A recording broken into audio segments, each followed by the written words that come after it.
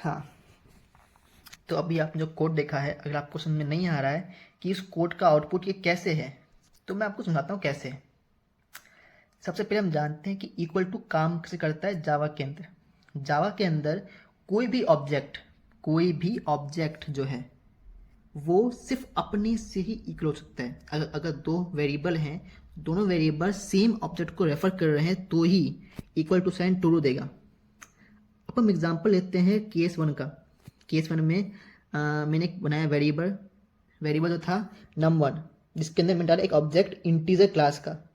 मैं बात करूं, ये इंटीजर क्लास है, प्रिमिटिव डेटा टाइप नहीं है, ये एक क्लास है। इस क्लास के ऑब्जेक्ट के अंदर वैल्यू 100 है।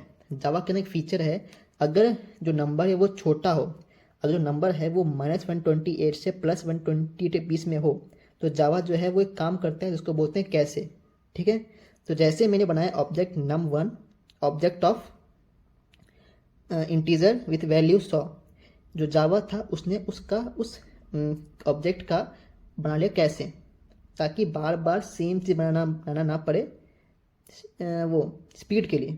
ठीक है, जब मैं num2 बनाया तो num2 के लिए उसने फिर से एक नया ऑब्जेक्ट नहीं बनाया, उसने जो कैसे किया हुआ था उसने उसी कैसे का यूज किया।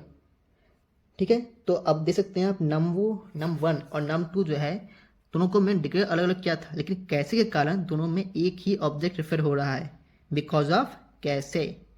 इसे जब मैंने इक्वल टू लगाया तब वो ट्रू आ गया। बात करते हैं सेकंड केस में जो नंबर है वो बहुत बड़ा है। जब नंबर बहुत बड़ा है तो कैसे हुआ ही नहीं, मतलब किया ही नहीं गया, तो जो दोनों ऑब्जेक्ट हैं दोनों ऑब्जेक्ट अलग अलग हैं। अब दोनों ऑब्जेक्ट अलग अलग हैं, इससे क्या हुआ, फॉल्स आ गया, सिंपल। क्योंकि एक ऑब्जेक्ट सिर्फ खुद से इक्वल हो सकता है। इस पूरे के पूरे क्वेश्चन में दो कॉन्सेप्ट थे। पहला कॉन्सेप्ट जावा का कैसे वाला सिस्टम जो करता है, एक ही कॉन्सेप्ट। दूसरा कॉन्सेप्ट जावा के अंदर अगर बात की जाए ऑब्जेक्ट की, तो ऑब्जेक्ट सिर्फ खुद से ही इक्वल हो सकता है और किसी के नहीं, चाहे दोनों में इक्वल वैल्यू क्यों ना हो। एग्जाम्पल इतने कैसे, अगर आपको समझ में नहीं आ रहा है तो मेरे पास एक फ्रिज है, आपके पास एक फ्रिज है, दोनों फ्रिज एलजी का है, सेम सब कुछ सेम है, डिट्टो सेम दिखते हैं, पर तब भी आपका फ्रिज है, मेरा फ्रिज है।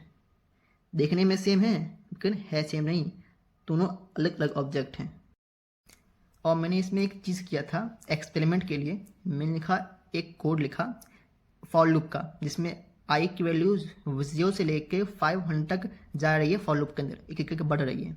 और हर एक लूप के अंदर मैं ये काम कर रहा हूँ, मैं बनाता हूँ दो वेरिएबल इंटीजर के ऑब्जेक्ट, दोनों में मैं आई डालता हूँ और कंपेयर करता हूँ, और जैसे मैंने बोला वही होता है। 0 से लेके 128 तक जो आंसर आता है वो ट्रू आता है, क्योंकि वहाँ तक जावा जो है वो कैसे करता है और कैसे करके दोनों को सेम ऑब्जेक्ट रेफर करता है। लेकिन जैसे ही आई की वैल्यू 128 से बढ़ जाती है, दोनों का रेफरेंस अलग हो जाता है, क्योंकि उस केस में जावा कैसे नहीं करता। समझे? उम्मीद है समझ में आया होगा, मैं समझा पाया हूँगा।